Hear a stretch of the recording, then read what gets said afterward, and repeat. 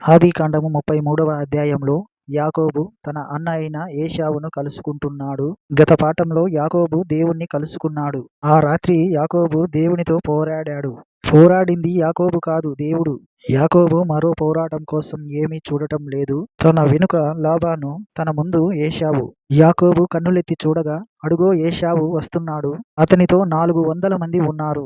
గత రాత్రి అనుభవంతో యాకోబు నిండిపోయి ఉన్నాడు. పోరాటమందు యాకోబు విరోధించటం లేదు, నిరోధించాడు. దేవుడు ముట్టాడు, సృష్టించాడు. యాకోబుకు అది గొప్ప దెబ్బ. తన తుంటి నరం తెగింది. అతడు కుంటివాడు అయ్యాడు. దేవుడు తన వేలితో ముట్టాడో లేదో ఆ దెబ్బకే అతడు తట్టుకోలేకపోయాడు. యాకోబు కుంటివాడై కుప్పకూలిపోయి దేవుని కాళ్ళ మీద పడ్డాడు. దేవుడు ఆశీర్వదించాడు. ఆ గడియ నుండి యాకోబు జీవితం కొత్త మలుపు తిరిగింది, పరివర్తన వచ్చింది. అది మనకు ఈ 33వ అధ్యాయంలో కనబడుతుంది. అంతకు ముందు మనిషేనా ఇతడు అని మనకు అనిపిస్తుంది. యాకోబు ఇప్పుడు ఏం చేస్తున్నాడు?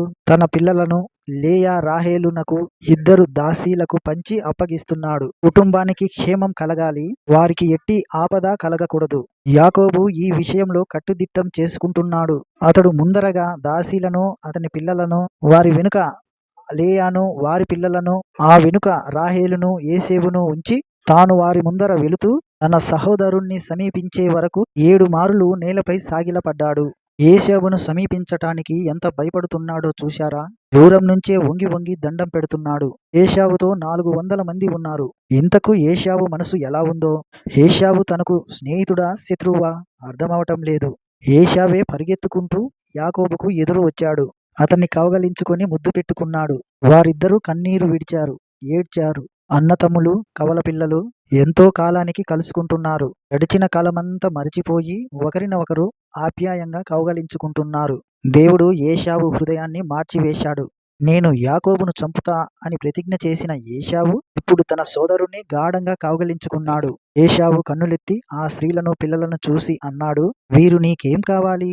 అతడన్నాడు, వీరు నీ సేవకునికి దేవుడు దయచేసిన పిల్లలే. అప్పుడు ఆ దాసీలు, వారి పిల్లలు దగ్గరగా వచ్చి సాగిలపడ్డారు. అలాగే లేయా, ఆమె పిల్లలు వచ్చి సాగిలపడ్డారు. తరువాత ఏశావు, రాహేలు వచ్చి సాగిలపడ్డారు. యాకోబు అనవసరంగా ఆందోళన పడ్డాడు, కానీ దేవుడే ఏశావు మనస్సును మార్చాడు. ఇక్కడ యాకోబు తెలివితేటలు కాదు, దేవుని కృప అని గుర్తించాడు. ఏశావు ప్రశ్న అడుగుతున్నాడు, నాకు ఎదురుగా వచ్చిన ఆ గుంపంతా ఎందుకు? నా ప్రభువులైన తమ కటాక్షము నా మీద రావటానికే. కాని ఏశావు ఏమన్నాడు? సోదరుడా, నాకు కావలసినంత ఉన్నది, నీది నీవే ఉంచుకో, ఇదంతా నాకెందుకు? ఎందుకిదంతా తెచ్చావు? యాకోబు అంటున్నాడు, నీ కటాక్షము నా మీద ఉంటే చిత్తగించుము, నేనిచ్చే కానుక పుచ్చుకో. దేవుని ముఖం చూచినట్లు నీ ముఖం చూచాను. ఈ కటాక్షము నా మీదికి వచ్చింది కదా, నేను నీకిస్తున్న కానుకను చిత్తగించి పుచ్చుకో.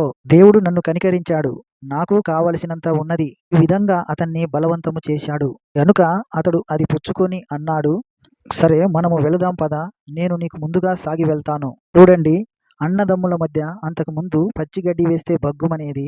ఒకరి నుంచి ఒకరు ఏదో కొంత లాక్కోవాలనే చూశారు. యాకోబు మనసు పూర్తిగా మారిపోయింది.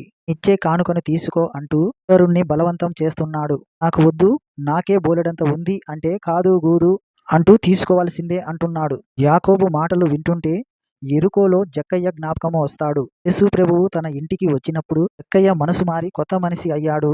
మేడి చెట్టు ఎక్కిన జక్కయ్యేనా ఇతడు అనేటట్లు మాట్లాడుతున్నాడు. ఇంతకు ముందు ప్రజలను మోసం చేసి అన్యాయంగా ఎంతో డబ్బు దండుకున్నాడు.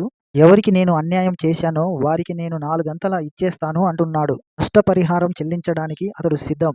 అలాగే ఈ యాకోబులో కూడా అలాంటి మార్పే వచ్చింది. ఒక పూట తిండి పెట్టి ఏశావు జ్యేష్ఠత్వాన్ని తీసుకున్నాడే, మరిప్పుడు ఎన్నెన్నో కానుకలు బలవంతాన ఊరికే ఇచ్చేస్తున్నాడు. ఆ యాకోబేనా ఇతడు? ఎంత మార్పు! వారి సభ్యత ఎలాంటిదంటే ఎవరైనా కానుక ఇస్తే నిరాకరిస్తే అవమానపరిచినట్లు. అందుకే ఏశావు తనకు యాకోబు ఇచ్చింది తీసుకున్నాడు. పైగా అంటున్నాడు, తమ్ముడు, నేను నీకు తోడుగా వస్తాను అంటున్నాడు, దారి చూపుతాను.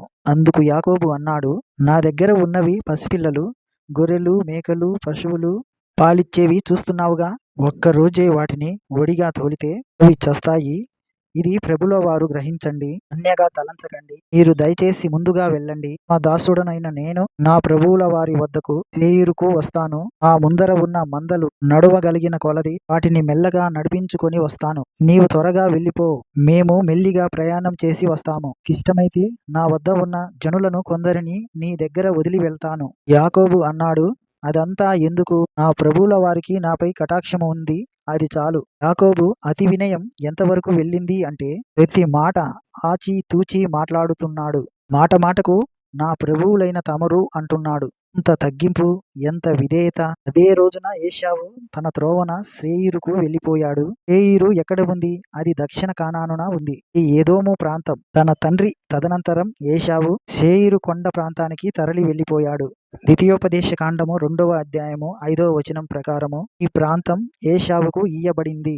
ఏశావుకు స్వాస్థ్యముగా మన్య ప్రదేశ ప్రాంతము స్వాస్థ్యముగా ఇచ్చాను అన్నాడు దేవుడు. ఇప్పుడు యాకోబు ప్రయాణమై వెళ్ళుచున్నాడు. కోతు అనే ప్రదేశమునకు వెళ్ళి తనకు ఇండ్లు కట్టించుకొని తన పశువులకు పాకలు వేయించాడు. కోతు అంటే పాకలు, పశువుల పాకలు. యేసు ప్రభువు బెత్లెహేములో పశువుల పాకలో పుట్టాడు. అది మనకు సుక్కోతు, అందరికీ అందుబాటులో ఉన్న పాక. యాకోబు మానసికంగా ఆధ్యాత్మికంగా ఎంతో మార్పు చెందాడు. ఏశావుకు ఏదో లంచమిచ్చి మనసు మారుద్దాము అనుకున్నాడు. అలా కాదు, దేవుడే ఏశావు మనసు మార్చాడు. లాబాను నుండి తెలివిగా తప్పించుకుందాము అనుకున్నాడు. కాదు, దేవుడే లాబానును అదుపులో ఉంచాడు. యాకోబు స్వప్నయత్నాలన్నీ విఫలమైనాయి. ఇప్పుడు అతడు దేవుని మీద పూర్తిగా ఆధారపడుతున్నాడు. లాబాను తనకు కీడు చేయలేదు అంటే అది దేవుని కృప. ఏశావు తనను ప్రేమతో అంగీకరించి చేర్చుకున్నాడు అంటే అది దేవుని కృపే.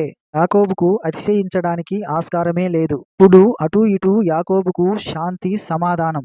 ఏశావుకు సమృద్ధి. అతడు యాకోబు నుండి ఏమీ ఆశించలేదు. అది బలవంతం మీద సభ్యత కోసం, మర్యాద కోసం తీసుకున్నాడు అంతే. వీరిద్దరి మధ్య సమాధానంలో ఎంత ఔన్నత్యం, ఎంత అవగాహన, సహోదర ప్రేమ ఇక్కడ కనిపిస్తున్నది. ఎంతో ఆకర్షణీయమైన వైఖరి. యాకోబు జీవితంలో చీకటి గడియలు గతించాయి. సూర్యరశ్మి ప్రసరిస్తుంది. లాబానుతో, ఏశావుతో సమాధానం. నా గత జీవితమంతా దేవుని హస్తం అతనికి తోడై ఉంది. యాకోబు ఇప్పుడు దేవుణ్ణి ఎంతో మహిమపరుస్తున్నాడు.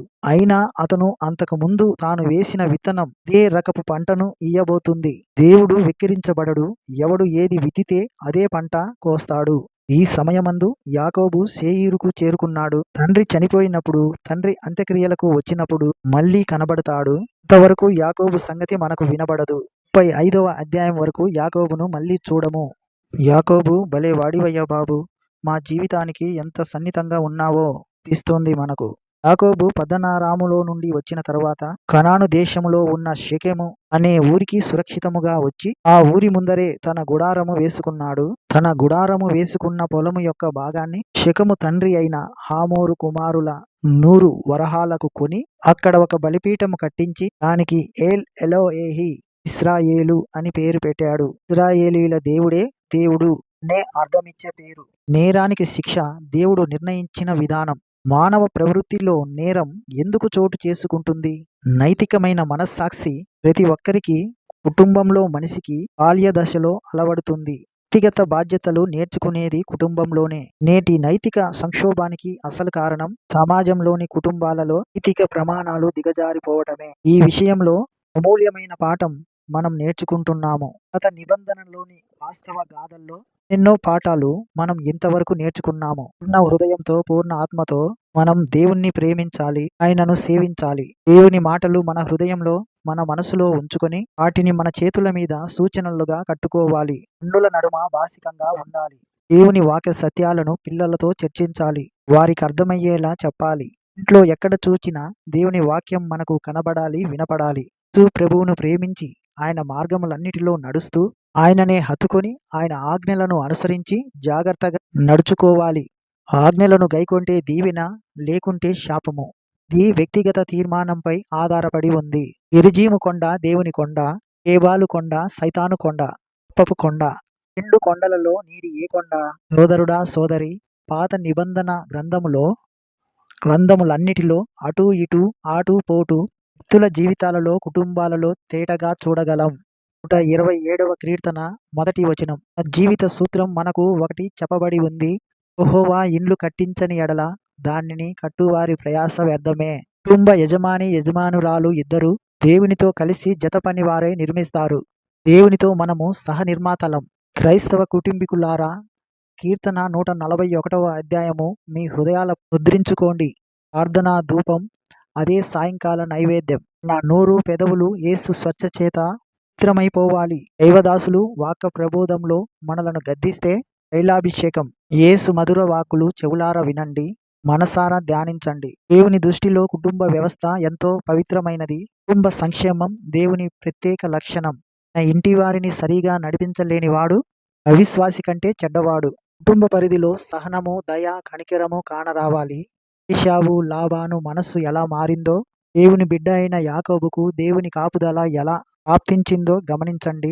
మనం ఆపదలో చిక్కబడి ఉన్నా ఆయనే నన్ను నిన్ను బతికిస్తాడు. శత్రువుల బారి నుండి ఆయనే తప్పిస్తాడు. దేవుని కుడి చెయ్యి నిన్ను రక్షిస్తుంది. 1 పేతురు 3వ అధ్యాయము 8వ వచనము మరవవద్దు.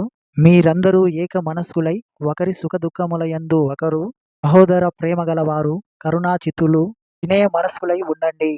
ఆశీర్వాదమునకు వారసులై ఉండటానికి మీరు పిలువబడ్డారు. కీడుకు ప్రతీకారము, దూషణకు ప్రతి దూషణ చేయక దీవించండి. తల్లిదండ్రులు పిల్లలను నిష్పక్షపాతంగా పెంచాలి. ఏశావు, యాకోబు జీవితాలలో తల్లిదండ్రులు ఇదే గుణపాఠం నేర్చుకోవాలి. ఏలీ యాజకుడై ఉండి తమ కుమారులు తమకు తాము శాపగ్రస్తులు చేసుకుంటున్నారని తాను ఎరిగి కూడా వారిని అడ్డగించలేదు. అతని ఇంటికి నిత్య శిక్ష వచ్చింది. సమూయేలు కుమారులు తండ్రి ప్రవర్తనను అనుసరించక అపేక్షకులు లంచాలు పుచ్చుకొని న్యాయాన్ని వేశారు. కుమారుడైన అదోనియాను వీలాగు ఎందుకు చేస్తున్నావని విచారించి దావీదు అతన్ని ఎన్నడూ గద్దించలేదు, ఒప్పించలేదు. సామెతలు 29వ అధ్యాయము 15వ వచనము. హితము, గద్దింపు జ్ఞానమును కలిగిస్తాయి. లేని బాలుడు తన తల్లికి అవమానం తెస్తాడు. రోజున తప్పిపోయిన కుమారులు, కుమార్తెలు ఎందరో ఉన్నారు. తల్లిదండ్రులు వారి పక్షాన విజ్ఞాపన ప్రార్థనలు చేయాలి. వారిని నీతి మార్గంలోనికి రాబట్టాలి. ఈ 33వ అధ్యాయంలో మనం చూసిన వ్యక్తులను మరొకసారి జ్ఞాపకము చేసుకుందాము. యాకోబు, ఏశావు, లేయా, రాహేలు, యోసేపు. దీని గురించిన మరికొన్ని విషయాలు వచ్చే సందేశంలో నేర్చుకుందాము. యాకోబు ఎందుకు వెంటనే బేతేలుకు వెళ్ళలేదు? వెళ్తాడు. మొన్ననే దేవుని దెబ్బకు కుంటివాడై వేగం తగ్గించి మెల్లగా నెమ్మదిగా నడుస్తున్నాడు. శారీరకంగా నడుము విరిగిన ఆత్మకాళ్లతో నడవటం ప్రారంభించాడు. యాకోబుకు అభినందనలు చెబుదాము. యాకోబు బలిపీఠం నిర్మించాడు. అబ్రహాము అలాగే బలిపీఠాలు కట్టేవాడు. యాకోబు దేవుని యందలి ఒక గొప్ప లక్షణాన్ని గుర్తించి దేవుణ్ణి అర్థవంతంగా ఆరాధిస్తున్నాడు. ఎల్ ఎలోహి, ఇశ్రాయేలు దేవుడు అసలైన దేవుడు, వేరే దేవుడు లేనే లేడు. ఇప్పుడే యాకోబు నడక నేర్చుకుంటున్నాడు అనడానికి ఇది రుజువు. తేలు వైపునకు నడిచి వెళ్తున్నాడు. 34వ అధ్యాయంలో మనము దీనా యొక్క దీన గాథను వినబోతున్నాము. యాకోబు చేసిన గొప్ప తప్పు ఇదే. శెకెములో ఉండకూడదు, అక్కడ నివాసం ఏర్పరచుకొని యాకోబు గొప్ప తప్పు చేశాడు. యాకోబుకు లేయాకు పుట్టిన కూతురు దీనా. ఈ అమ్మాయిని షెకెము చేర్చాడు. ఈ షెకెము హివ్వీయుడైన హామూరు కుమారుడు. సోదరులు సిమియోను, లేవి కక్ష సాధింపు చర్యకు ఉపక్రమించారు. హమోరు పట్టణమందు పౌరులందరినీ హతము చేశాడు. యాకోబు కుటుంబ చరిత్రలో ఇది ఒక చీకటి పూట. రోజు పాఠాన్ని ఒకసారి పునర్విమర్శ చేసుకుందాము. 1. మానవునిలో పరివర్తన తేగలవాడు దేవుడు మాత్రమే. మనము మనిషి అలవాట్లనే మార్చలేము, కానీ దేవుడు మనిషి అంతరంగాన్ని మారుస్తాడు. ఏశావు, యాకోబుల మధ్య ప్రేమ సంబంధాలను దేవుడే ప్రతిష్ఠ చేశాడు. వారిద్దరి మధ్య సమాధానం కలిగింది అంటే అది దేవుడు చేసిన కార్యమే. యాకోబు ఏవేవో ఉపాయాలు పన్ని సోదరుడి మనసు మెత్తపడేటట్లు చేద్దాము అనుకున్నాడు, కానీ అది అతడు చేయలేడు. దేవుడే ఆ పని చేశాడు. 3. ఆత్మల రక్షణకు మన ఉపాయాలు పనికిరావు. ఒక వ్యక్తి యొక్క అంతరంగం మారాలి అంటే అది పరిశుద్ధాత్మ మాత్రమే చేయగలడు. ఆ వ్యక్తిని ప్రభువు దగ్గరికి తేవాలి అంటే దేవుని ఆత్మ చేయగల కార్యం ఇది. దేవుణ్ణి మాత్రమే ప్రభువు అనాలి. కానీ యాకోబు ఏశావును చూసి నా ప్రభువా అంటున్నాడు. ఏశావు ముఖస్తుతి చేస్తున్నాడు. 5. నీ ముఖం దేవుని ముఖమే అంటున్నాడు. ఇలాంటి పొగడ్తల ద్వారా సమాధానం ఎన్నటికీ కలగదు. సమాధానకర్త అయిన దేవుడే వ్యక్తుల మధ్య సమాధానం కలిగించగలడు.